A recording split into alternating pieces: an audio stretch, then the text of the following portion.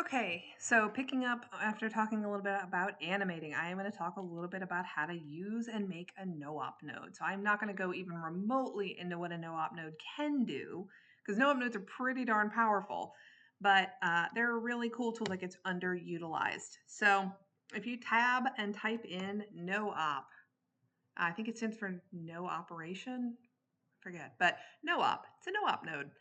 It's basically a blank slate. You're going to open up and be like, where's the node? What is it? It's not a node. Think of this like a blank remote control, and you are getting to put what buttons you want on here. So the way that it works, it's pretty cool. You right click someplace in this darker gray area around here, and you say manage user knobs. And it gives you this fun menu. So you can actually do this in a lot of nuke nodes, but I don't recommend anyone do it. But a NoOp node, you basically get to give it all the stuff you see in other nuke nodes. Like if you go in any of these, all these are sliders. These are just called like 0 to 1 sliders. But say I have something like, in this case, these two merge nodes that are both different parts of these glows. That I want them both. I like them both, but I want to control them independently. So how can I do that? Well, it's pretty easy. And the NoOp node makes that super, super easy to work. Because if you think of this kind of like a master control, it makes it easier to kind of think about. So this is a node that usually just kind of lives off in its own. It's kind of like a tracker. You don't need to hook it into anything. You just want the stuff inside of it. So like I said, if I right click and say manage user knobs, you get this whole big blank window. You're like, I don't know what to do. So if you click add, these are all your things you can add in here. You can literally add text, a divider line, whatever you want. 99% of the time, I would be willing to bet that the stuff you might need is going to be stuff like up here. These little top ones. And honestly, more often than not, the only one you're going to need is this floating point slider. So if I hit that, it's going to ask you for a name. And I always get this backwards. So as a default, I usually just always give them the same name. But you want to give it a name of whatever you want it to be. So I'm going to call this like my glow intensity. So glow intensity. So if you put one of these, if you put spaces, like right here in the name, or in here, it lets you, but in the name, it won't let you put spaces because Nuke hates spaces. It'll let you put underscores, but if you try to, it's going to get mad at you and say no. So remember that. Just camel case is your friend here. But if you want to give it a tooltip and say like what this thing does, that's what this is to type here. So you can always put whatever you want. The default value is going to be 0 to 1, just like every slider you have inside of pretty much anything with a slider. So you can always change this value if you needed to, but in general, it shouldn't be necessary. But you can say, okay. So now I have this. And if you look behind me in the actual node, now it looks like something that I can use. I can't move it while I have this window up, but it says glow intensity, and it has a little slider. So I can add other stuff. Like I said, we're not going to really dig into much of this. If you literally add a checkbox if you want, if you have something that has a checkbox you want to correspond to. But like here, for example, I'll put a RGBA color knob. Let's try that. Let's say glow color. Glow color. This is more than I was intending to do with this, but this will work. So, okay. And you can see the slider, it gave me that there. So I can say when I'm happy with this, you can reorganize this if you want with these like up down buttons or delete stuff or whatever you want to do. But then once you're ever happy with it, just say done. So now this stuff should look relatively familiar. This is just a basic color picker. And this is a intensity slider. But if I move this around, nothing happens. First of all, it's not hooked into anything. But even if it was, it needs controls. It needs stuff to be driving. So that's what we're going to essentially be doing here, but working through linking. So same way we can take multiple like mixed sliders and things and link them all together to like a curve creator or whatever we want, we are going to link to a NoOp. So in this case, we're going to work backwards though, because we already have the sliders that we want, but we need to tell it where to drive that. So in this case, we want to take this slider up here for like glow intensity. Let's say we're driving that here in the mix on both of these pluses. So I can click just like I can on anything else and say copy links. And then inside each of these merge nodes, I can paste either here with a right click or here with a left click and paste relative. And instantly, so that just changed. This slider is now linked to that. It's the same thing. I can do the exact same thing to my other side. I can do it to as many as I want and say paste relative. So now if I play with this slider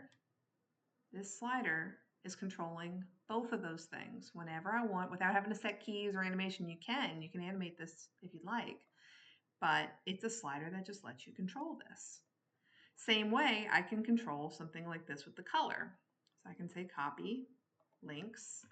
So let's say I want to drive what's going on in this grade tool or this grade node that I have right here. Because in this grade, I was from like way back when in here was making this more colorful. So let's do that. So same thing. If you had a grade node and it didn't look like this, it just looked like a normal grade node and you went to apply this, I think this will work. No, it doesn't. So you actually do have to do like I thought. You have to click this little 4 button and then it'll actually work. Because it needs to have that little RGB values in there. But now, instead of the mix, now here, this is actually linked to like this color slider. So now if I was to go in here,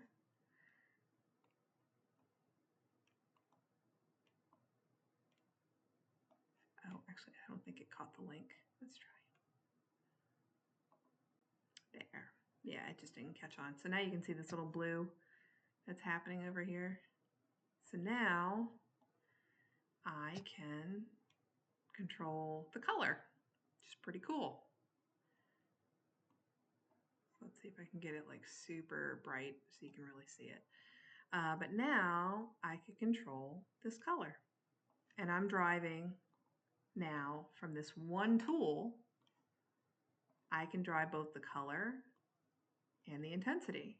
I can animate it, I can key it, I can do whatever I want. But this is my own personal super control center that I can put sliders and little controls for whatever I want. And I can control all my stuff from here. I can even come in here and be like super master controller. And then it's my super master awesome controller. So you do get the little green lines out of everything coming from a NoOp. It's just a part of dealing with them. They cannot get the little control dots to make them more organized. You can hide these technically, sort of, kind of, but I'm not going to show anyone how to do that because it's actually very dangerous. So if somebody gets in a shot and they're like, what's linked to what, it's really nice to be able to see what things are linked to.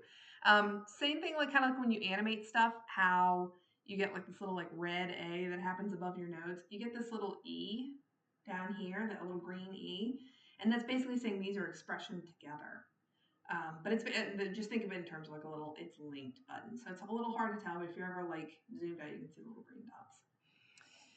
But this is just a super powerful way that you can set values on stuff.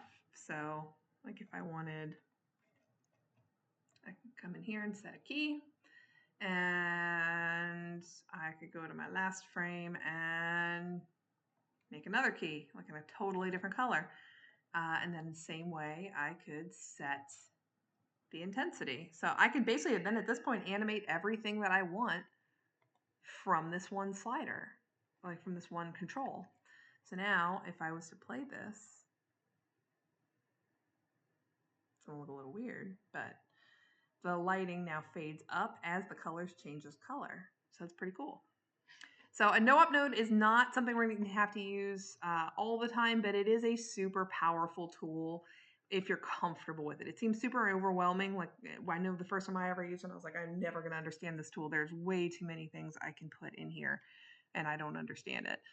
It gets way more in the weeds with stuff if you really dig in all this stuff. But in general, if you're putting your own stuff with like the manage user knobs and you're putting, you know, even like a checkbox you could do that. Some tools have checkboxes in them. So if I wanted, I could put that and have my little checkbox, and I could set that to something that has a checkbox on it. And that would be something I could do. So let's say like my glow in here, let's say I want to control effect only. I'd be a weird one, but I could because it's a checkbox. So you can actually animate checkboxes too. Place that you see that a lot is sometimes in nodes. All nodes have under the little node tab this little option to disable them, and it's the same, like you can see it in the node graph, it X's out. So that's always something you can have there. But if I did something like that, let's do it here too, just for consistency. Now my little checkbox, if I check it, it's going to be hard to see what's going on because this is basically just the glow stuff happening. You see it better right over here. So if I set it to effect only, it'll be the effect only. So it's just a really powerful way to be able to control all your stuff in one place.